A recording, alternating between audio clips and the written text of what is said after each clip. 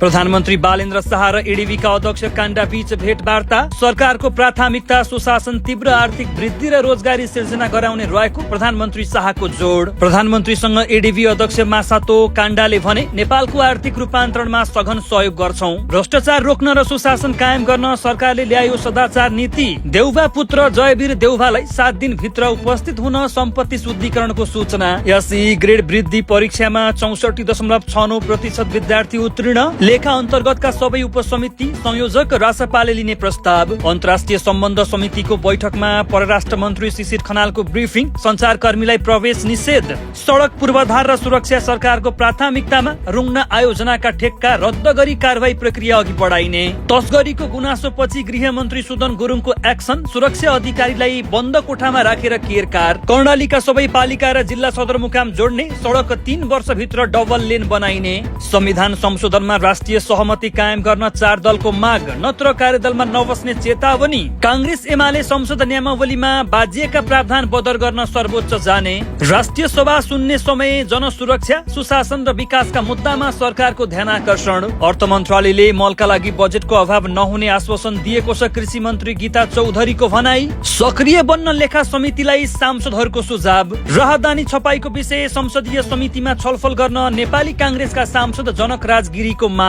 बेरुजु उपसमिति गठनमा सहमति नजुड्दा लेखा समितिको बैठक स्थगित। सिंचाई, पूर्वाधार र कृषि उत्पादनलाई एकीकृत रूपमा अगाडि बढाइने। नेपाली कांग्रेस नीति प्रतिष्ठानको 5औं बैठक असार 25 गते बस्ने। राष्ट्रिय सभामा मन्त्रीका सल्लाहकार भर्तीदेखि लोडसेडिङ सम्मको उठ्यो मुद्दा। सम्मानजनक पुनर्स्थापनाको माग गर्दै होल्डिङ सेन्टरका सुकुम्बासीले सरकारको गराए ध्यानाकर्षण। न्यूनतम पारिश्रमिक र सामाजिक सुरक्षा कार्यान्वयन गर्न अस्पतालको अटेरी। आर्थिक अनुशासन विपरीत काम गर्नेलाई निर्मम कारवाही गरिन्छ। सशस्त्र प्रहरी बल नेपालको जिकिर। पूर्व पश्चिम राजमार्गमा यात्रु बोकेको भ्यान र ट्रक ठोकिँदा 10 जना घाइते। लोड भएको कटुवा, पिस्तोल, गोली र नगद सहित रौतहटमा 1 जना पक्राउ। गढीमाई नगरपालिकाका मेयर सहित 3 जना विरुद्ध भ्रष्टाचार मुद्दा। युएईले 111 नेपाली कैदीलाई दियो आम माफी। नेपाल सरकारद्वारा स्वागत। रेड क्रसका सवारी साधन व्यक्तिगत काममा प्रयोग नगर्न केन्द्रको निर्देशन। आर्थिक वर्ष 2082-83 को मौद्रिक नीतिको वार्षिक समीक्षा प्रतिवेदन सार्वजनिक। शेयर बजारका सबै सूचक बढे, कारोबार रकममा सुधार। आज सुनको भाउ 1400 ले घट्यो।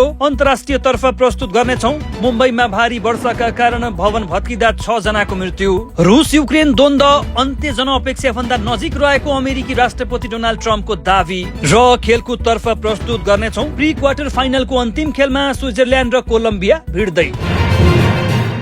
दर्शक महानुभाव नमस्कार। समाचार पार्टी.com को न्यूज बुलेटिनमा यहाँलाई हार्दिक स्वागत छ। म रोशन अधिकारी। सदाको चाहिँ आज पनि हामी उपस्थित भइसकेका छौं। आजका मुख्य समाचार, ब्रेकिङ न्यूज, न्यूज अपडेट लगायत तपाईलाई काम लाग्ने, हेर्नै पर्ने महत्त्वपूर्ण समाचारहरू लिएर हामीलाई अन्तिमसम्म हेर्नुहोला। हाम्रो मेहनतको लागि भिडियोमा एउटा लाइक अवश्य गर्नुहोला। हाम्रो च्यानल अहिलेसम्म सब्स्क्राइब गर्नु भएको छैन भने सब्स्क्राइब गर्नुहोला। नजिकै आउने बेल आइकनलाई क्लिक गर्नुहोला। देशभित्रबाट हेर्दै हुनुहुन्छ भने आफू रहेको गाउँ, ठाउँ, शहर, जिल्लाको नाम लेख्नुहोला। विदेशमा हुनुहुन्छ भने कुन देशबाट हामीलाई हेर्दै हुनुहुन्छ त्यो कुरा तलको कमेन्ट बक्समा कमेन्ट गर्नुहोला। दैनिक रूपमा हेर्नुहुन्छ भने रेगुलर भनेर लेख्नुहोला। आज पहिलो पटक हेर्दै हुनुहुन्छ भने फर्स्ट टाइम भनेर लेखिदिनुहोला। आउनुहोस् दर्शक महानुभाव, आजका मुख्य समाचार सुरु गरौं। प्रधानमन्त्री बालेन्द्र शाह र एडीबीका अध्यक्ष काण्डा बीच भेटवार्ता भएको प्रसंगबाट। प्रधानमन्त्री बालेन्द्र शाह र एसियाली विकास बैंक एडीबीका अध्यक्ष मासातो काण्डा बीच मंगलबार शिष्टाचार भेटवार्ता भएको छ। प्रधानमन्त्री तथा मन्त्री परिषदको कार्यालयमा भएको उक्त भेटवार्तामा दुई पक्षीय आपसी हित र विकास साझेदारीका विविध विषयमा छलफल भएको हो। भेटका क्रममा नेपालको भौतिक पूर्वाधार विकास र आर्थिक समृद्धिमा एडीबीले पुर्याउँदै आएको सहयोग र आगामी दिनमा हुन सक्ने थप सहकार्यका विषयमा समेत विचार विमर्श गरिएको बताइएको छ। प्रधानमन्त्री बालेन्द्र शाहले वर्तमान सरकारको प्राथमिकता सुशासन, प्रवर्धन, तीव्र आर्थिक वृद्धि, रोजगारी सिर्जना र नागरिकलाई गुणस्तरीय सार्वजनिक सेवा उपलब्ध गराउने रहेको बताउनु भएको छ। प्रधानमन्त्री शाहले आज एसियाली विकास बैंक एडीबीका अध्यक्ष मासातो काण्डासँगको भेटवार्तामा सो धारणा राख्नु भएको हो। त्यस अवसरमा प्रधानमन्त्री शाहले सार्वजनिक लगानीको प्रभावकारिता अभिवृद्धि गर्ने, निजी क्षेत्रको नेतृत्व, आर्थिक वृद्धि प्रवर्धन गर्ने, ऊर्जा विकासलाई तीव्रता दिने र पूर्वाधारको आधुनिकीकरण तथा डिजिटल रूपान्तरण रूपान्तरणलाई अगाडि बढाउने बारे पनि अध्यक्ष काण्डालाई जानकारी गराउनु भएको थियो। उहाँले स्थिर नीतिगत वातावरण र सुदृढ संस्थाहरू नै लगानी आकर्षित गर्ने तथा दिगो र समावेशी विकास हासिल गर्ने आधार भएको विश्वास पनि व्यक्त गर्नु भएको हो। उक्त भेटवार्तामा एडीबीसँग साझेदारीलाई थप सुदृढ बनाउने विषयमा छलफल केन्द्रित भएको प्रधानमन्त्री शाहका प्रेस तथा अनुसन्धान विज्ञ दीपा दाहालले जानकारी दिनुभएको हो। सो अवसरमा नेपाल जलविद्युतको ठूलो सम्भावना रहेको उल्लेख गर्दै एडीबीको ऊर्जा रणनीति अन्तर्गत स्वच्छ ऊर्जा उत्पादनमा साझेदारीलाई जोड दिइएको थियो। छलफलका क्रममा प्रधानमन्त्री शाहले एडीबीको सहयोगमा निर्माणाधीन दुध कोशी जलाशय युक्त जलविद्युत आयोजना नेपाल सरकारको प्राथमिकता प्राप्त आयोजना भएको र दीर्घकालीन ऊर्जा सुरक्षाका लागि अत्यन्त महत्वपूर्ण रहेको बताउनु भएको हो। यसको वित्तीय व्यवस्थापन प्रक्रिया यथाशीघ्र शुरू गरिदिन पनि प्रधानमन्त्रीले जोड दिनु भएको थियो। भेटवार्ताका क्रममा एडीबीको कन्ट्री पार्टनरशिप स्ट्राटेजी अन्तर्गत विशेष गरी ऊर्जा कनेक्टिभिटी, शहरी विकास तथा डिजिटल पूर्वाधारका क्षेत्रमा थप सहकारी गर्ने विषयमा छलफल भएको थियो। नेपाल भ्रमणमा रहनुभएका एसियाली विकास बैंक एडीबीका अध्यक्ष मासातो काण्डाले प्रधानमन्त्री बालेन्द्र शाहसँगको भेटमा नेपालको आर्थिक रूपान्तरणका लागि बैंकले आफ्नो सहयोगलाई अझ सघन बनाउने बताउनु भएको छ। एडीबी र नेपाल बीच 60 वर्षे समझदारीलाई अझै बलियो बनाउँदै मुलुकको आर्थिक रूपान्तरण, रोजगारी सिर्जना तथा लगानीका लागि अझै सघन सहयोग गर्ने बताउनु भएको हो। नेपाल अहिले निर्णायक छेडमा छ। यो थप गतिशील र उत्थानशील अर्थतन्त्र निर्माण गर्ने अवसर हो। अध्यक्ष काण्डाले प्रधानमन्त्रीसँग भन्नुभयो, एडीपीले नेपालकै सबैभन्दा ठूलो बहुपक्षीय विकास साझेदारको रूपमा काम गर्दै आएको छ। हाम्रो प्राथमिकता थप रोजगारी, बलियो व्यवसाय तथा देशभरका समुदायको जीवन स्तर उकास्दै जनतालाई नतिजा दिनु हो। सन् 2029 सम्म नेपाललाई एडीबीको थप सहयोग 2 अर्ब 40 करोड अमेरिकी डलर करिब 3 खर्ब 65 अर्ब रुपियाँ पुग्ने जानकारी पनि अध्यक्ष काण्डाले दिनुभएको हो।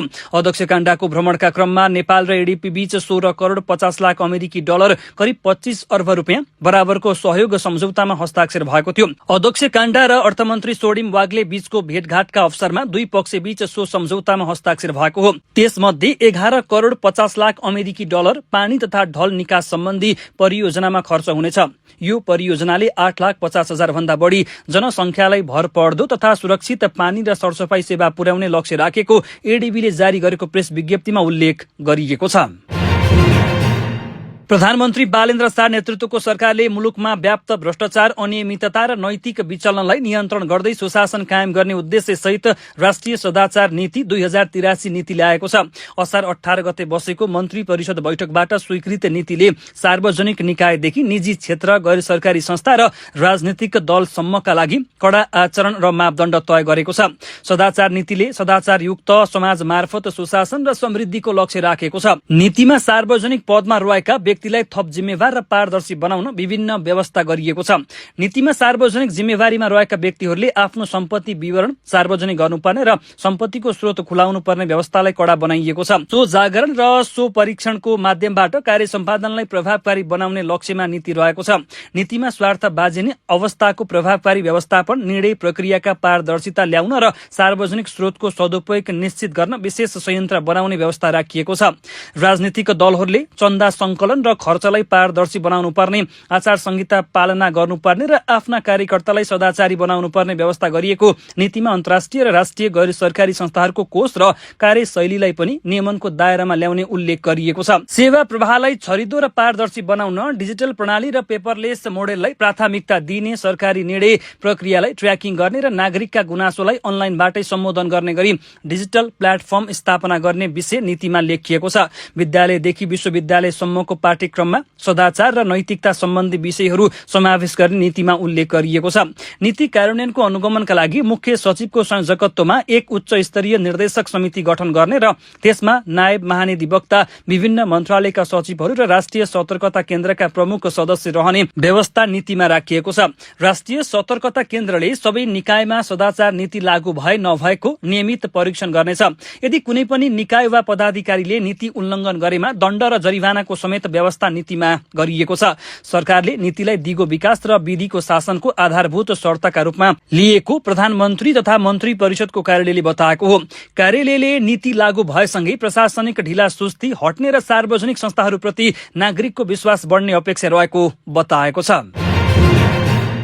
सम्पत्ति शुद्धिकरण विभागले नेपाली कांग्रेसका निवर्तमान सभापति तथा पूर्व प्रधानमन्त्री शेरबहादुर देउवाका छोरा जयवीर देउवालाई 7 दिने पूर्जी काटेको छ। पूर्जीमा सम्पत्ति शुद्धिकरण जाँचबुझका क्रममा केही बुझ्नुपर्ने भएकाले 7 दिनभित्र विभागमा आउन भनिएको हो। पूर्जी बुढालीलकण्ठमा रहेको देउवाको घरमा पनि टाँस गरिएको छ। विभागले जयवीरका बुबासहित आमा आर्जुलाई यसअघि नै बोलाइसकेको छ। देउवा दाम्पतिले विभागलाई साउन मसान्तसम्ममा आउने जानकारी गराउनु भएको थियो।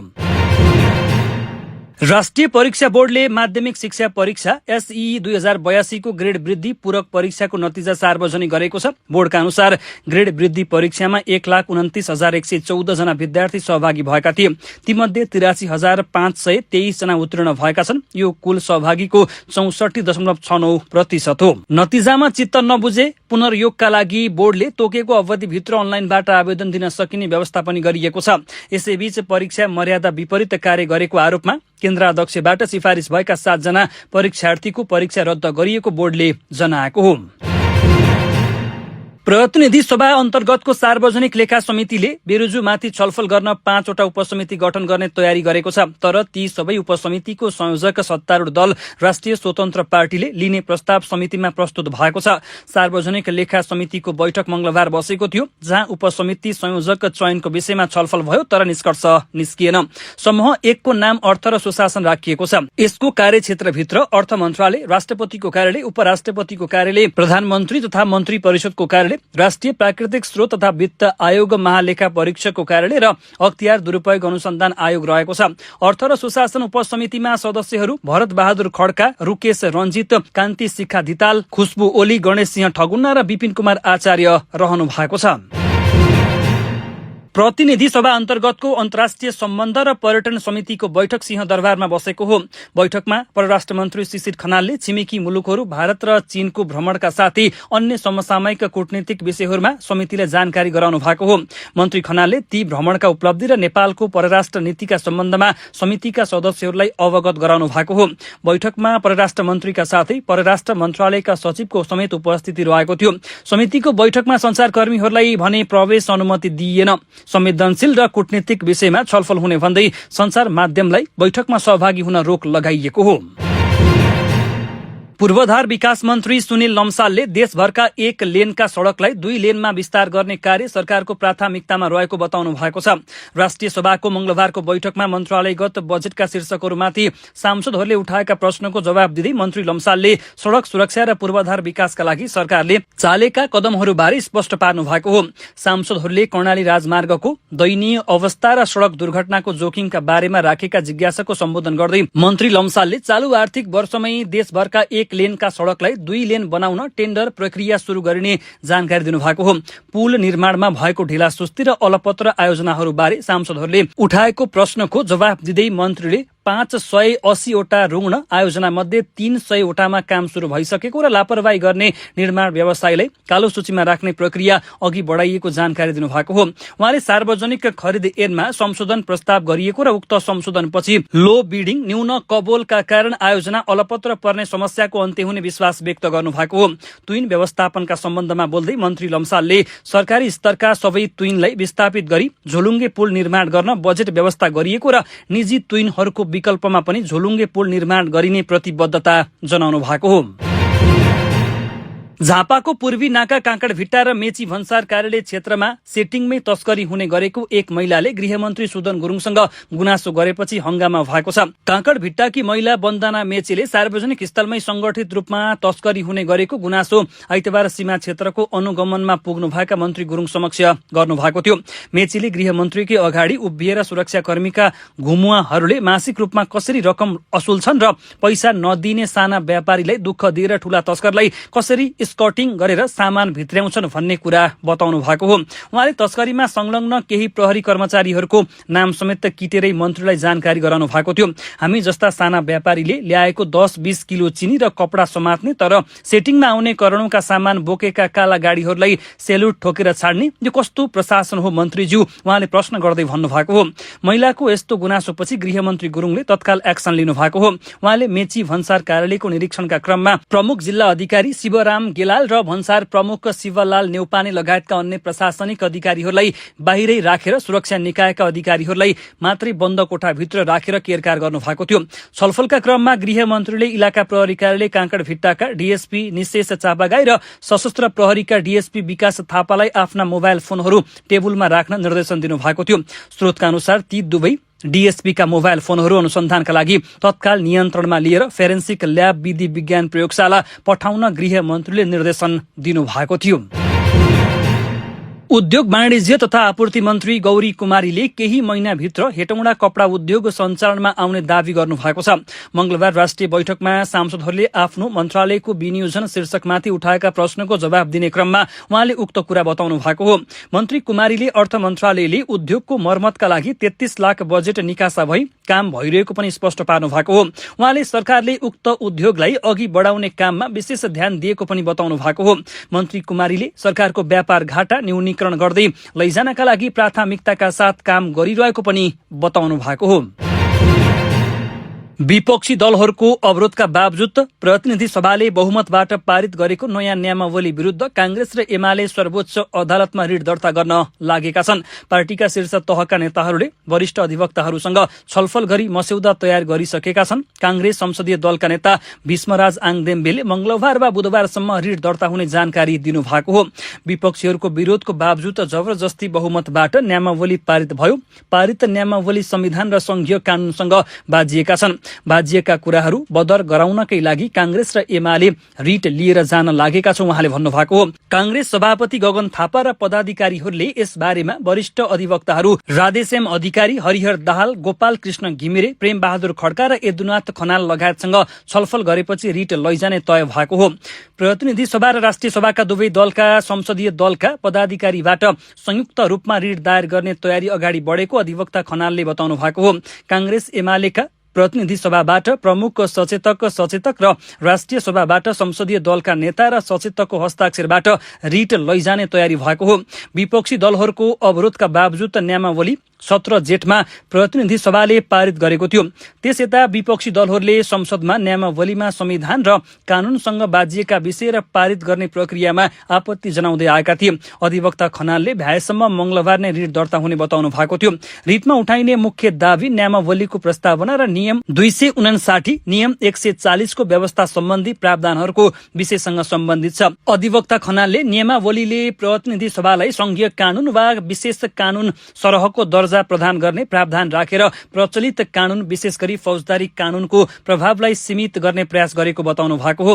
नियम 259 मा राखिएको प्रचलित कानूनमा जुनसुकै कुरा लेखिएको भए तापनि भन्ने शब्दावलीले प्रतिनिधि सभा नियमावलीलाई संघीय कानून भन्दा माथि राख्न खोजिएकोले बदर भागी रहेको रिटको प्रस्तावित मस्यौदामा उल्लेख गरिएको छ। सांसदहरूले जनसुरक्षा, सुशासन, पूर्वाधार विकास र सामाजिक न्यायका समसामयिक विषयहरूमा सरकारको ध्यान आकर्षण गराएका छन्। राष्ट्रिय सभाको मंगलबारको बैठकमा सुन्ने समयमा बोल्दै सांसदहरूले वन्य जन्तुको आक्रमणदेखि प्रशासनिक व्यथिति र विकास निर्माणमा देखिएका सुस्तताका बारेमा सरकारको जवाफ माग गरेका हुन्। सांसद गीता देवकोटाले चितवनको भरतपुर महानगरपालिका 23 मा जंगली हात्ती ध्रुवेको आक्रमणबाट आमा छोराको मृत्यु भएको घटनाप्रति दुःख व्यक्त गर्दै उक्त हात्तीलाई तत्काल नियन्त्रणमा लिन माग गर्नु भएको हो।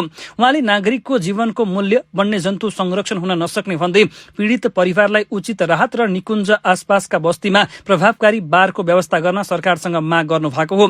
सांसद धर्मेन्द्र पासवानले मध्य प्रदेशमा अपराधका घटना बढेको र अभियुक्तहरू खुला रूपमा हिँडिरहेको भन्दै सुरक्षा व्यवस्थामा प्रश्न उठाउनु भएको हो। सप्तरीको सुरुङ्गा नगरपालिकाका पीडितहरू न्यायको पर्खाइमा रहेको तर मुख्य अभियुक्त पक्राउ नपरेको भन्दै उहाँले सरकारको ध्यान आकर्षण गराउनु भएको हो। सांसद मीना सिंह रखालले कर्णाली प्रदेशमा भइरहेका सड़क दुर्घटना र प्राकृतिक विपत्तिका घटनाप्रति सरकार संवेदनशील नभएको आरोप लगाउनु भएको हो। सुर्खेतबाट कालीकोट जाँदै गरेको गाडी कर्णाली नदीमा खसेको, जुम्लामा चट्याङबाट मानवीय क्षति भएको र डोल्पामा सवारी दुर्घटना भएको उल्लेख गर्दै उहाँले घाइतेहरूको निशुल्क उपचार र मृतकका परिवारलाई क्षतिपूर्तिको माग गर्नु भएको हो। सांसद महन्त ठाकुरले चुरे विनाशका कारण मधेसमा पानीको स्रोत सुकेको र खेती योग्य जमिन बाँचो रहेको भन्दै खानेपानीको हाहाकार समाधान गर्न सरकारले पहल नगरे नगरेकोमा आपत्ति जनाउनु भएको हो।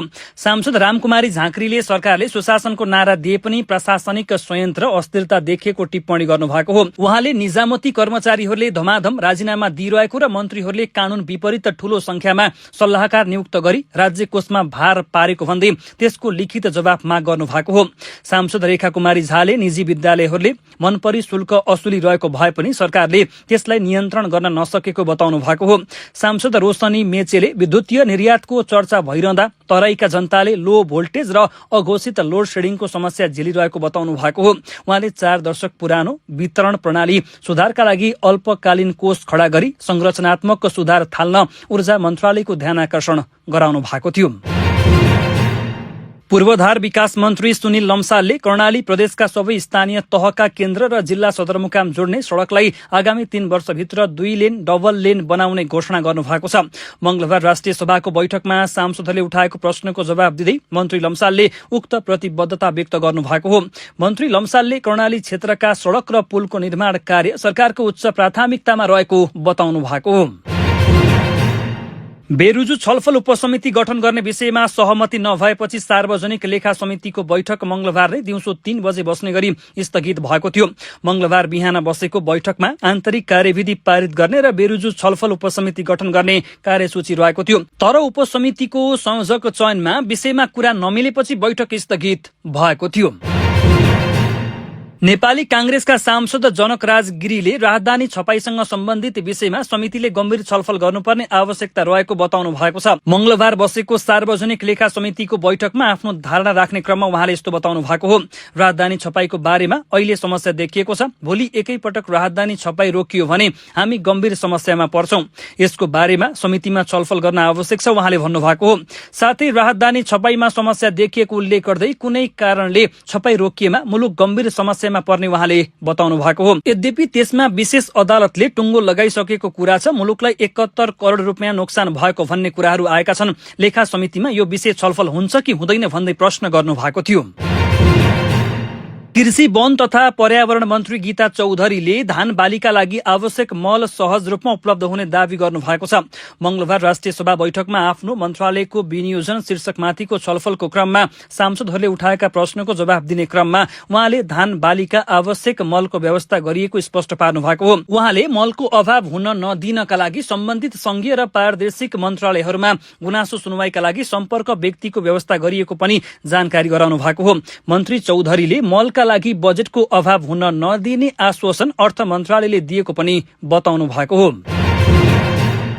सांसदहरूले सार्वजनिक लेखा समितिलाई आर्थिक अनुशासन कायम गर्न सक्रिय बन्न सुझाव दिएका छन्। मंगलबार बसेको समितिको बैठकमा सांसदहरूले बेरुजु फर्चेट राजधानी खरिद प्रकरणको अध्ययन गर्न तथा सार्वजनिक सरकारका विषयमा प्रभावकारी छानबिन अघि बढाउन आग्रह गरेका हुन्। नेपाली कम्युनिस्ट पार्टीका सांसद महेन्द्र बहादुर साईले समितिको पहिलो प्राथमिकता बेरुजु फर्चेट हुनुपर्नेमा जोड़ दिनु भएको हो। उहाँले 1-2 हप्ता भित्रै बेरुजु फर्चेट गर्ने गरी स्पष्ट कार्यतालिका बनाउन आग्रह गर्नु भएको हो। उहाँले समितिमा उजुरी प्राप्त भएमा मात्रै नभई सार्वजनिक महत्वका अन्य विषयलाई पनि समितिले छलफलको विषय वस्तु बनाउनु पर्ने बताउनु भएको हो। समितिले आफैले देखेका अनियमितता र शंकास्पद विषयलाई समेत तत्काल छानबिनको दायरामा ल्याउनु पर्ने उहाँको भनाइ थियो।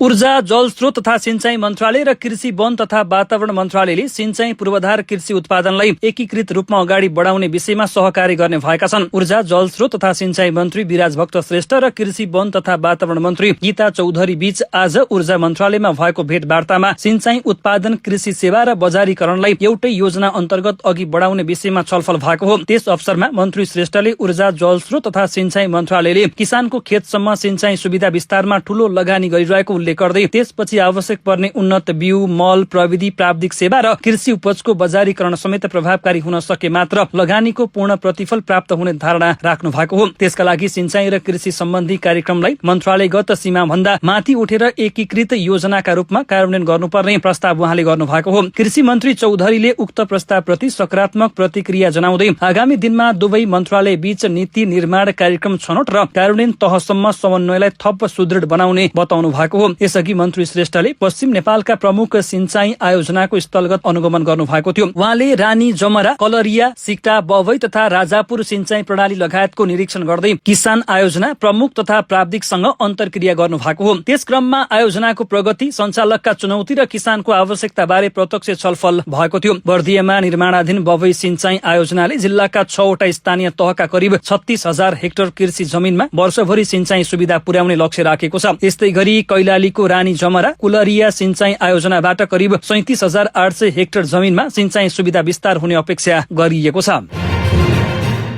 नेपाली कांग्रेस केन्द्रीय नीति अनुसन्धान तथा प्रशिक्षण प्रतिष्ठानको 5औं बैठक असार 25 गते बस्ने भएको छ। कांग्रेसका कार्यवाहक मुख्य सचिव कृष्ण प्रसाद दुलालले मंगलबार जारी गरेको सूचनाका अनुसार बैठक बिहान 11:30 बजे ललितपुर स्थित पार्टी केन्द्रीय कार्यालयमा बस्नेछ। बैठकमा प्रतिष्ठानका पदाधिकारी तथा सदस्यलाई उपस्थित हुन अनुरोध गरिएको छ। बैठकमा सुन्ने समय नयाँ सदस्यहरूको शपथ ग्रहण, उपसमितिहरूको आगामी कार्ययोजना बारे छलफल तथा थप उपसमिति विस्तारका विषयमा निर्णय हुने जनाइएको छ।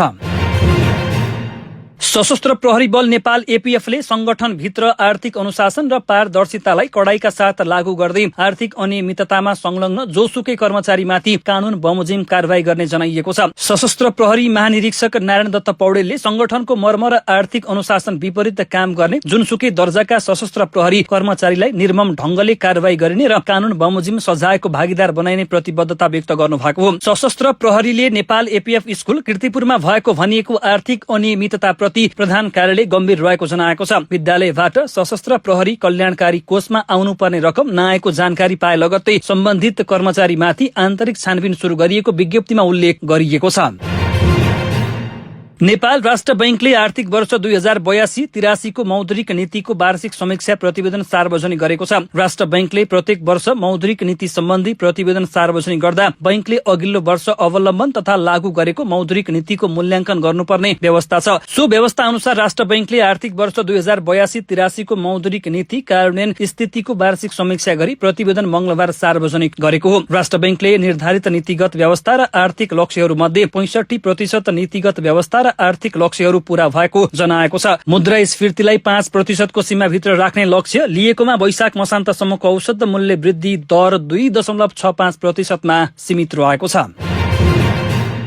कीर्तिपुर स्थित राधास्वामी क्षेत्रमा रहेको होल्डिङ सेन्टरमा बसोबास गरिरहेका भूमिहीन दलित, भूमिहीन सुकुम्बासी तथा अव्यवस्थित बसोबासी परिवारहरूले सरकारसँग राहत नभई सम्मानजनक पुनर्स्थापनाको व्यवस्था गर्न माग गरेका छन्। एक प्रेस विज्ञप्ति मार्फत उनीहरूले बागमती सभ्यता एकीकृत विकास समितिले प्रभावित परिवारलाई राहत सम्बन्धी निवेदन दिन जारी गरेको सूचनाप्रति आफ्नो धारणा सार्वजनिक गर्दै राहतका लागि निवेदन दिन दीर्घकालीन समाधान नभएको बताएका हुन्। विज्ञप्ति अनुसार होल्डिङ सेन्टरमा रहेका करिब आधा परिवारले राहत सम्बन्धी निवेदन बुझाइसकेका छन् भने बाँकीले पनि दिने क्रम जारी छ। तर उनीहरूले आफूहरूको मुख्य आवश्यकता राहत नभई राज्यले उचित र सम्मानजनक रूपमा वैकल्पिक आवासको व्यवस्था गर्नु रहेको स्पष्ट पारेका छन्।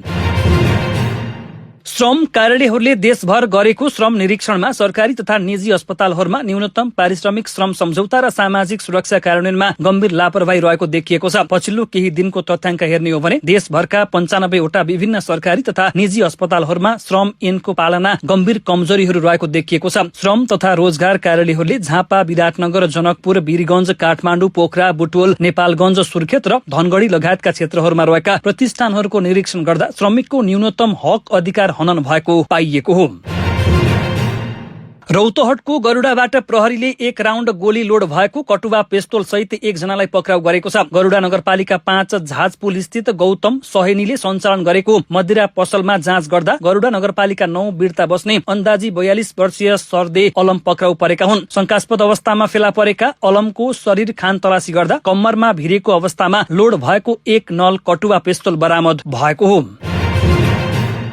संयुक्त अरब इमिरेट्स यूएई सरकारले ईद अल अधा 2026 को अवसरमा 111 जना नेपाली नागरिकलाई आम माफी दिएको छ। परराष्ट्र मन्त्रालयले मंगलबार विज्ञप्ति जारी गर्दै सो जानकारी दिएको हो। साथै यूएई सरकारको उक्त निर्णयप्रति आभार व्यक्त समेत गरिएको छ। विज्ञप्ति अनुसार परराष्ट्र मन्त्रालयको निर्देशनमा अबुधाबी स्थित नेपाली दूतावासले यूएई सरकार समक्ष गरेको अनुरोधका आधारमा यूएई सरकारले 111 नेपाली कैदीलाई आम माफी दिने निर्णय गरेको हो।